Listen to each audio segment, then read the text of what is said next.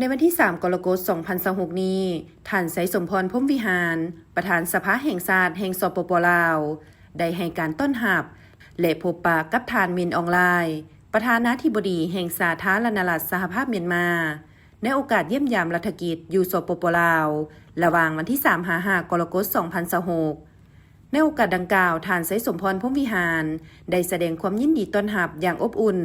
และตีราคาสูงต่อการเยี่ยมยามรัฐกิจอยู่สปป.ลาวของท่านมินอองไลน์พร้อมด้วยภรรยาและคณะในครั้งนี้ถือเป็นประเทศทำอิฐในอาเซียนของการเคลื่อนไหวต่างประเทศภายหลังดำรงตำแหน่ง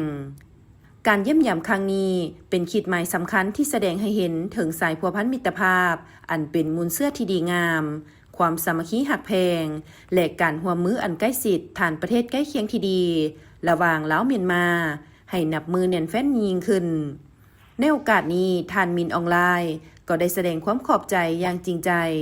ต่อคำเว้าอันจบงามและการต้อนรับอันอบอุ่นของท่านไสยสมพร พรหมวิหารในครั้งนี้ในการพบปะดังกล่าวสองฝ่ายได้แจ้งสภาพการพ้นเด่นของประเทศตนให้กันทราบพร้อมทั้งแสดงความสมเสยต่อบรรดาผลสำเร็จอันใหญ่หลวงในการพัฒนาเศรษฐกิจสังคม